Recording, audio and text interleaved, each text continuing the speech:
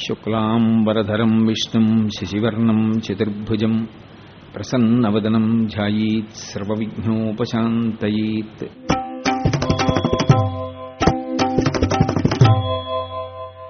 మనం ప్రతిరోజు పాదయోః పాద్యం సమర్పయామి అంటాం.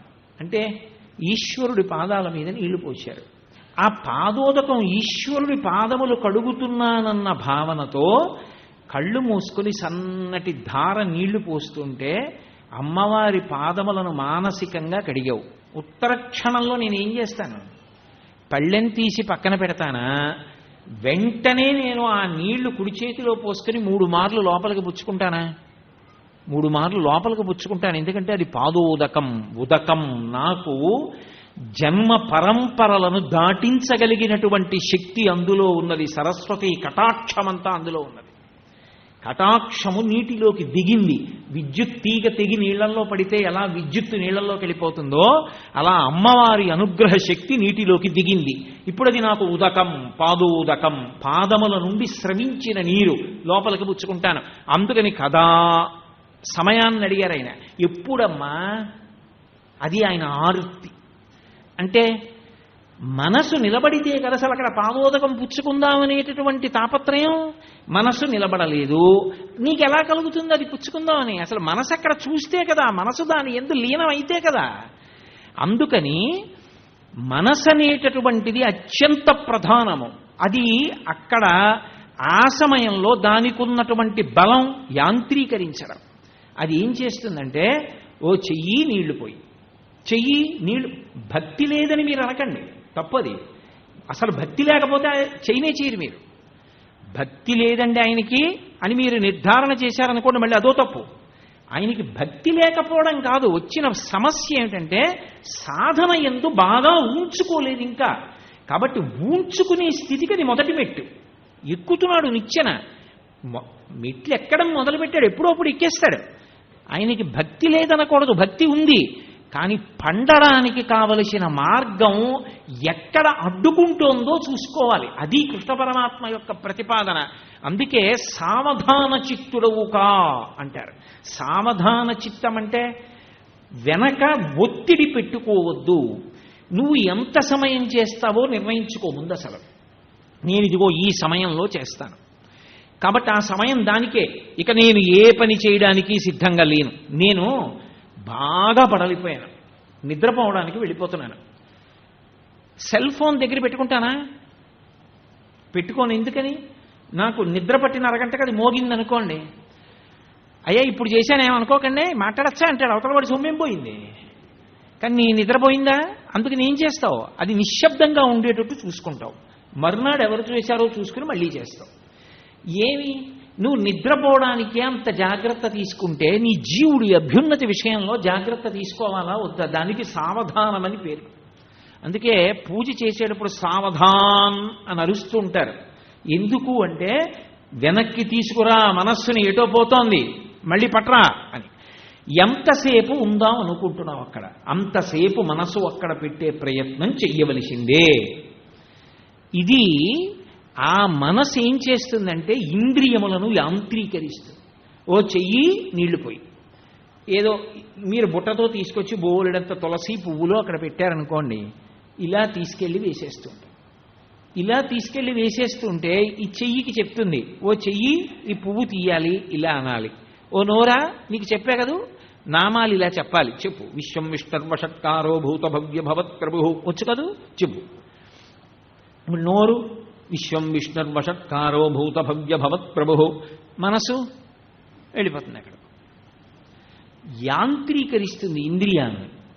కర్మేంద్రియాలకి ఒక ఆజ్ఞ జారీ చేస్తుంది, పువ్వులు తీసేలా వేసేయి, తులసి తీసేలా వేసేయి. ఓ నోరా నామాలు చెప్పేయి, ఓ కళ్ళ ఇవి చూస్తూ ఉండు, నేను ఎక్కడికో పోతాను. ఇంకొక విషయాన్ని దేన్నో ఆలోచిస్తుంది. ఆలోచించేటప్పుడు అది రజోగుణ సంబంధం కావచ్చు, తమోగుణ సంబంధం కావచ్చు. అప్పుడు వ్యగ్రత పొందుతుంది లోపల. విపరీతమైన వ్యగ్రత పొందుతూ ఇక్కడ కర్మేంద్రియాలు చేస్తాయి. భగవంతుడు అంటాడు, నేను దాన్ని ఉపచారంగా తీసుకోనంటాడు. ఎందుకు తీసుకోనంటాడంటే మూడు ఏకీకృతమైతే తప్ప దాన్ని ఈశ్వరుడు ఉపచారంగా తీసుకోడు. మీరు ఎప్పుడు బాగా గుర్తుపెట్టుకోవాలి.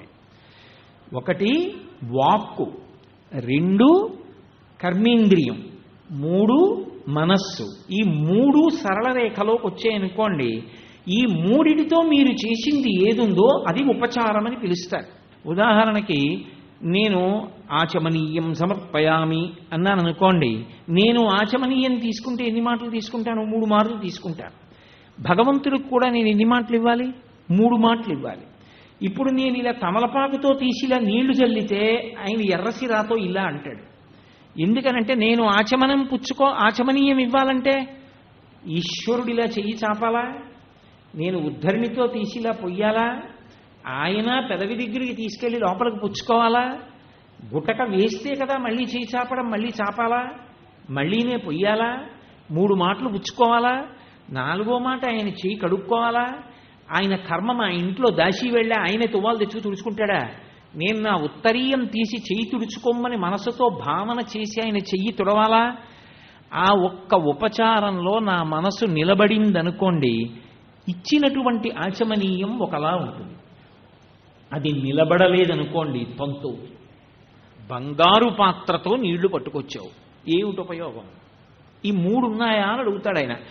ఆచమనీయం సమర్పయామి నోటితో చెప్పావు, కర్మేంద్రియం చేత్తో నీళ్లు తీసి పోశావు, తమలపాకుతో ఇలా అన్నావు. ఎలా ఆచమనీయం అవుతుంది? అది 3 మార్లు ఇవ్వలేదుగా. పైగా నువ్వు ఇలా ఇలా ఇలా అంటే నేను ఎక్కడ తాగుతాను? నీకేస్తే అలా తాగుతావా? తాగవుగా. మరి నేను మాత్రం ఎలా తాగుతాను? నీకు మనసు ఎక్కడుందో, ఆలోచన ఎక్కడ చేశావు? అసలు ఆ భక్తి ఏది? భక్తి అంటే ప్రేమ మనసులోంచి ఎక్కడ పుట్టింది? అదొకటి అక్కడ ఉంటే కదా పుట్టడానికి. కాబట్టి నువ్వు చేయలేదా ఉపచారం, తీసేస్తాడు. వీడు అనుకుంటాడు నేను ఇవాళ షోడశోపచారాలతో పూజ చేశానంటాడు. ఈశ్వరుడు అంటాడు ఉపచార భంగం చేశావు, ఉపచారం చేయలేదు. కాబట్టి అది పడదు. ఎందుకు పడదు? మనస్సు లేదు కనుక. నేను చెప్పే మాట మీరు కొంచెం జాగ్రత్తగా పట్టుకోండి. ఇప్పుడు పదార్థం అసలు అక్కడ లేదు, మీరు పూజ ఎలా చేస్తారు? అసలు నీళ్లు లేవు, ఆచమన పాత్ర లేదు, ఆచమన పాత్రలో ఉద్ధరణ లేదు, మీరు ఎలా వేస్తారు చెప్పండి నాకు. కానీ ఒక్కొక్క చో చెప్పాలంటే ఈ చెయ్యి ఏ కారణం చేతనో విపరీతమైన నొప్పిగా ఉంది. ఎంత నొప్పిగా ఉందంటే ఇలా ఉద్ధరిని కూడా పట్టుకోలేదు, అంత నొప్పి చేసింది, ఏదో దెబ్బ తగిలి. కాబట్టి ఒకటి అసలు ఆచమన పాత్ర లేదు, నీళ్లు లేవు, ఉద్ధరణ లేదు, ఉన్నా పట్టుకోవడానికి చేతికి ఓపిక లేదు. అంత దెబ్బ తగిలి అంత నొప్పిగా ఉంది, చెయ్యి ఇలా కూడా పట్టుకోలేకపోతుంది, ఒడిగిపోతుంది అసలు వస్తువుని చూస్తే. అయినా ఈశ్వరుడికి అందుతుంది. ఎలా అందుతుందో తెలుసా? మనసు ఒక్కటి ఉంటే వెళ్ళిపోతుంది. అందుకు మానస పూజ వచ్చింది. దేశము కాలముతో సంబంధం లేకుండా పూజ అవుతుంది. ఎలా? నేను కళ్ళు తెరిచి చేసిన వాడు మరింత ప్రజ్ఞావంతుడు. కొందరు కళ్ళు తెరిచే పైకి చూస్తున్న దాంతో తెగిపోయి లోపల పూజ చేసేస్తూ ఉంటారు. శ్రీ విద్యలో ఒక సంప్రదాయం. కళ్ళు మూసుకుని అక్కడ నేను ఒక బంగారు పాత్రలో ఉద్ధరిని వేసుకుని మంచి శుద్ధ జలాన్ని పెట్టుకుని నా చేత్తో తీసి స్వామి చేతుల్లో వేస్తే ఆయన 3 మార్లు పుచ్చుకున్నట్టు 4వ మాట చేతిలో వేసి నేను నా ఉత్తరీయంతో తుడిచినట్టు భావన చేశాను. ఇప్పుడు ఈశ్వరుడు నేను ఆచమనీయం ఇచ్చాను అని మనసు వేసుకుంటాడు ఖాతాలో. దేనివల్ల పూర్ణమైంది?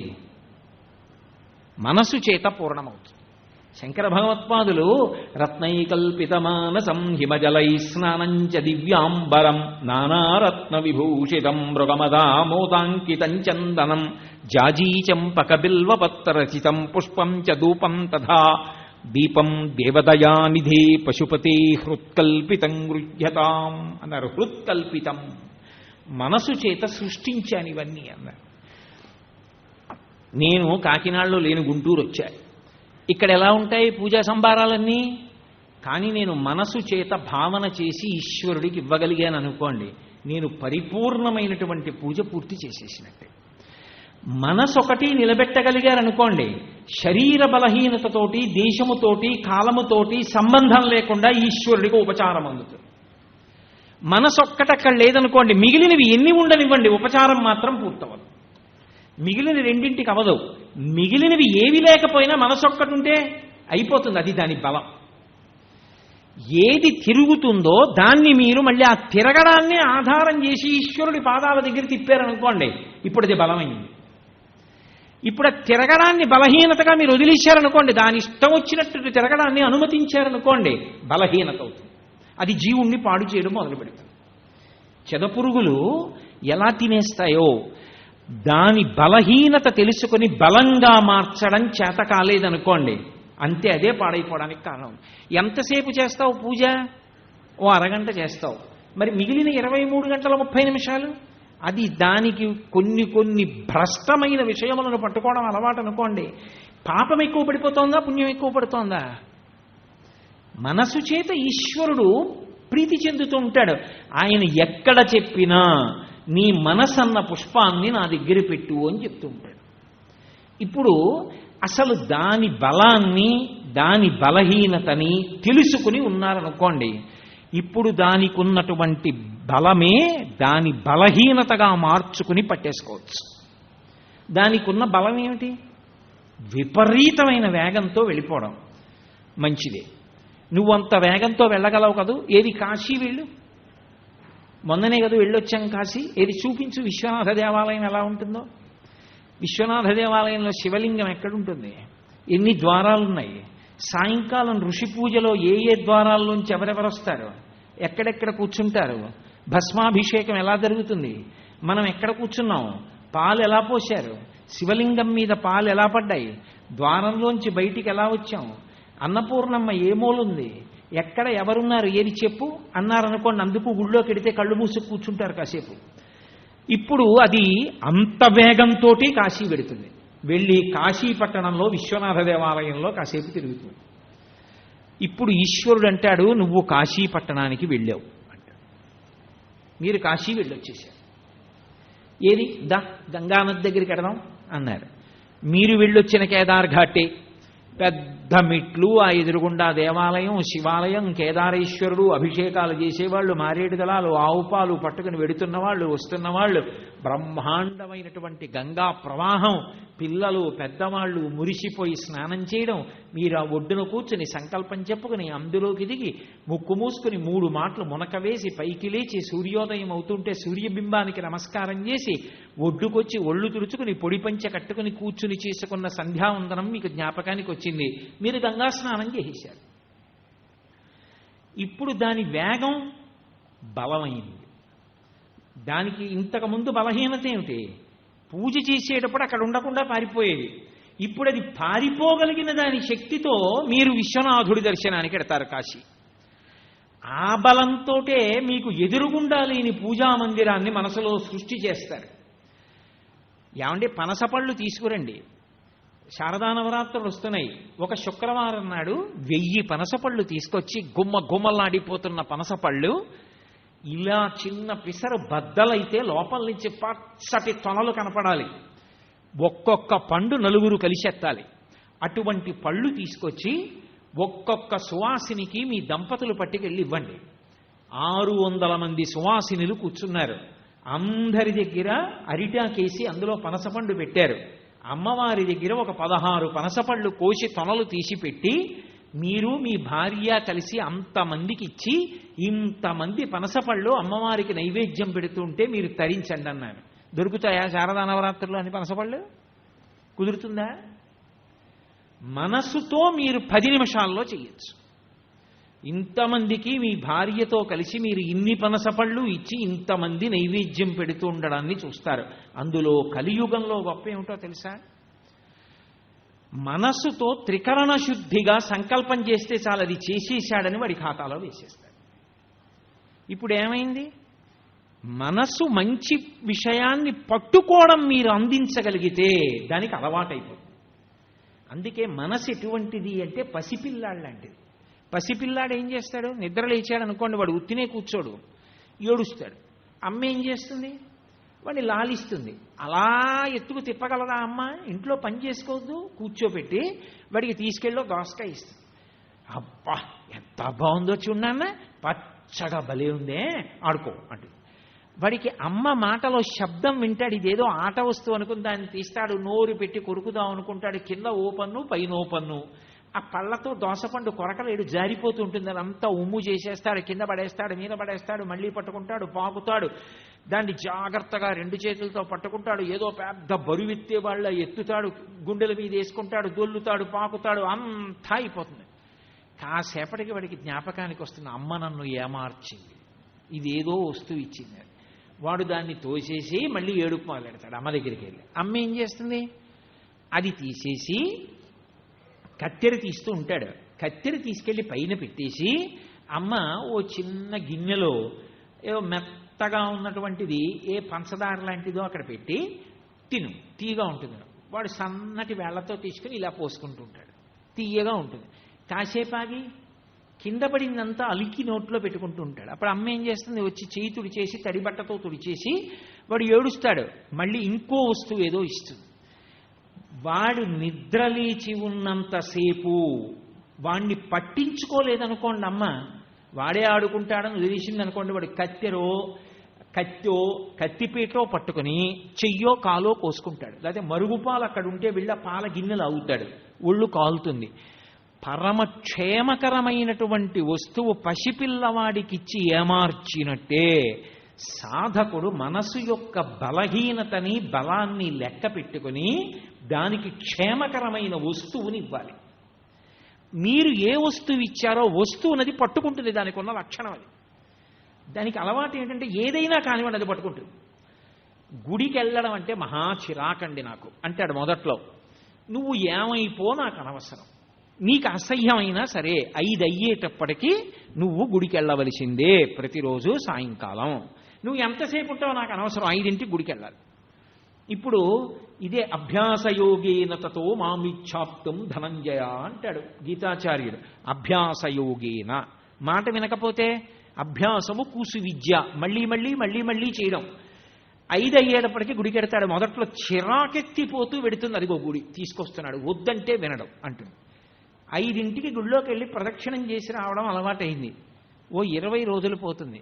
పోయిన తర్వాత 5 అయింది, గుళ్ళోకి వెళ్ళాలి కదా అంటుంది. ఇష్టం లేకపోయినా అదే గుర్తు చేస్తుంది.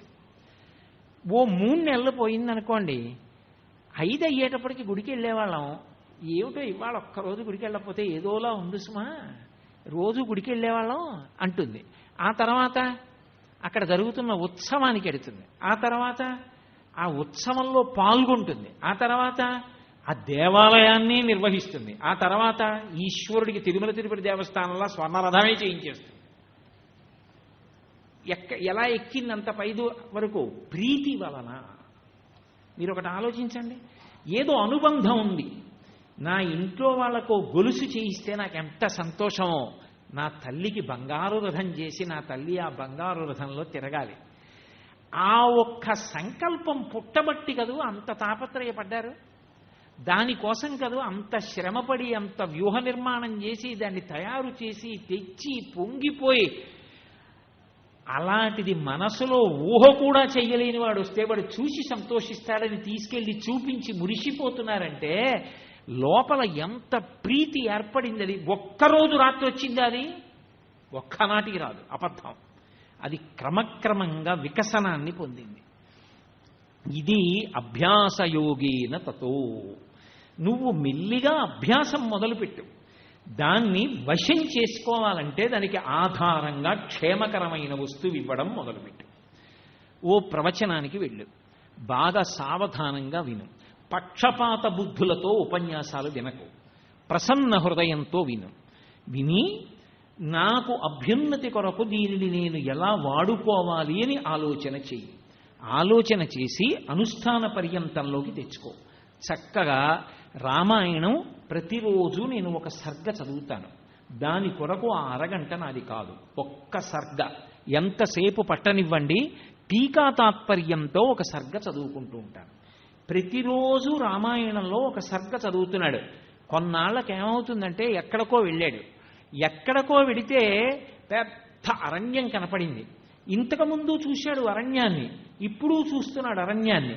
ఇప్పుడు అనిపిస్తుంది, ఒరే ఇలా ఉంటుంది కదా, ఇలా నీళ్ల ప్రవాహాలు ఉంటాయి కదా, ఇలా పిట్టలు అరుస్తూ ఉంటాయే, పావులు పాకుతూ ఉంటాయే, కాళ్ళకి చెప్పులు కూడా లేకుండా ధర్మం కోసం 14 ఏళ్ళు ఎలా తిరిగాడురా రామచంద్రమూర్తి? ఈ అరణ్యంలో తిరగడం ఎంత గొప్ప విషయం రా! ఎలా పర్ణశాల వేసుకున్నాడు? చీకటి పడిపోతే ఎక్కడో అరణ్య మధ్యంలో ఉంటే ఏ పులిలో పెద్ద పెద్ద అరుపులు అరిస్తే అదేం పెద్ద కోట కాదుగా, లోపలికి వచ్చేయచ్చుగా. మహానుభావుడు ఎలా గడిపాడు రా ధర్మం కోసం? ఇచ్చిన ఒక మాటకి ఇన్ని కష్టాలు పడ్డాడా? కష్టం అనుకోలేదు, నేను ధర్మం పాటిస్తున్నానని సంతోషించాడా? ఏమి రామాయణం రా! ఆ రాముడికి వారసున్నా నేను అని అరణ్యాన్ని చూస్తే మీకు రామాయణం జ్ఞాపకానికి వస్తుంది. మనసు ఏమవుతుందంటే రాముడిని అంటుకుంటుంది. అది దాని అలవాటు. ఇప్పటి వరకు దానికి ఆలంబనం లేదు. అది ఏం పట్టుకోవాలో మీరు ఇవ్వలేదు, అది దాని ఇష్టం వచ్చింది పట్టుకుంటుంది. ఇప్పుడు మీరు ఏం పట్టుకోవాలో అందించారు, దాన్నే పట్టుకోవడం మొదలెడుతుంది. ఎక్కడికి వెళ్ళండి అదే పట్టుకుంటుంది. అడవిలో అక్కర్లేదు, మీరు చాలా దూరం నడిచారు, ఏదో 15 కిలోమీటర్లలో క్షేత్రం ఉంది, అద్భుతమైన ప్రకృతి సౌందర్యం అండి, నిజంగా వెడుతున్నంతసేపు అన్నారు. 15 కిలోమీటర్లా నడుద్దాం, ప్రయత్నం చేద్దామండి, తెల్లవారకట 4ంటికి బయలుదేరదాం, పోన్లేండి 10 కాకపోతే 11ంటికి వెడతాం, మెల్లిగా వెడదాం, పోనీ అప్పుడు కూడా వెళ్ళకపోతే సాయంకాలం దర్శనం చేద్దాం, వచ్చేటప్పుడు కారులో వద్దాం, నడిచి వెళ్దాం అన్నారు. నడిచి వెడుతున్నారు. అనేక రకాలైన పక్షులు, పెద్ద పెద్ద చెట్లు, తీగలు, గాలి, పెద్ద పెద్ద సెలయేర్లు కనపడుతున్నాయి. మీకేం గుర్తొస్తుంది? రే రామచంద్రమూర్తి మాట విడిచిపెట్టు, కానీ అసలు నా తల్లి అయోనిజ, జనక మహారాజు గారి పెద్ద కూతురు, సూర్యకిరణం మీద పడనటువంటి తల్లి, మాన్యాగురు వినీతస్య లక్ష్మణస్య గురుప్రియ, ఇది సీతాపి దుఃఖార్త కాలోహి దురతిక్రమ అన్నారే మహర్షి. ఆ సీతమ్మ అంత కోమలమైన పాదాలున్న నా తల్లి భర్త మీద భక్తితో అబ్బా అని ఒక్క రోజు అనకుండా ఎలా నడిచిందిరా ఈ అరణ్యాల్లో, ఎలా వెళ్ళిందిరా నా తల్లి అని మీకు సీతమ్మ జ్ఞాపకానికి వస్తుంది, రాముడు జ్ఞాపకానికి వస్తాడు. మీరు ఎక్కడ ఏది చూడండి మనసులో ఒక పారవస్యం కలుగుతుంది. ఏమి ధర్మమూర్తి, రామాలయానికి వెళ్ళాలని నిలబడ్డారనుకోండి, అబ్బా ఏమి మహానుభావుడు, పరవశించిపోతారు. మీ చేతిలో ఏముందో మీకు అనవసరం, అది ఏదైనా సరే అటువంటి మహానుభావుడికి ఇచ్చి నమస్కరించవలసిందే అనిపిస్తుంది. ఇప్పుడు మనస్సు ఎందుకు తిరుగుతోంది, ఎందుకు పట్టుకుంది? మీరు ఇచ్చారు కాబట్టి ఆలంబనం. రామాయణం ఒక్కటే బరువు అయిందనుకోండి జీవితంలో, ఎందుకు చదువుతున్నావా పేపర్ని, చెప్పాగా అందులో ఏమీ లేదని, ఎందుకు మళ్ళీ న్యూస్ పేపర్ అంతా చదువుతున్నావు అంటే చదవకుండా ఉండలేక. వాడు చెప్పాడు ఏం లేదు న్యూస్ ఇవ్వాలని, మరి ఎందుకు చదువుతున్నావు? ఏమీ లేదని నేను కూడా తెలుసుకోవడానికి 2 గంటలు చదువుకోవడం. మరి రామాయణం ఎందుకు చదవవు? జీవితానికి ఉద్ధరణ కదా. అంటే మనసుకి ఆలంబనం ఇవ్వడం అన్నది రాలేదు నాకు జీవితంలో.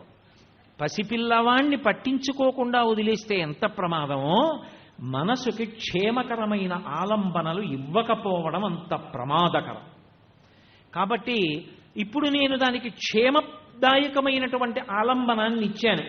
ఉదయం వేళ ప్రతిరోజు ఇంతసేపు కూర్చుందాం, మధ్యాహ్నం ఇలా చేద్దాం, సాయంకాలం నాకు ఏమొచ్చు ఏమి రాదు అన్న దాంతో సంబంధం లేదు, నేను ఏది చదువుకున్నానో అది ఒక 2 గంటల పాటు ప్రజలకి చెప్తాను, దానివల్ల నా మనస్సు 2 గంటలు భగవంతుడి చుట్టూ తిరుగుతుంది, చాలు. రోజుకి 2 గంటల తపస్సు చేసుకున్నట్లు నేను ఏదో ఒక నిర్ణయం, కాసేపు ప్రతిరోజు దేవాలయంలోకి వెళ్ళి కూర్చుంటాను, రోజు కాసేపు రామనామం చెప్తాను, ఇంట్లో భార్యతో కలిసి విష్ణు సహస్రమో లలితా సహస్రమో చదువుకుంటాను, ఏదో ఒక నియమం పెట్టుకున్నావు. ఇప్పుడు మనసుకి ఆలంబనం ఇచ్చావు, ఆ వస్తువుని ఆధారం చేశావు.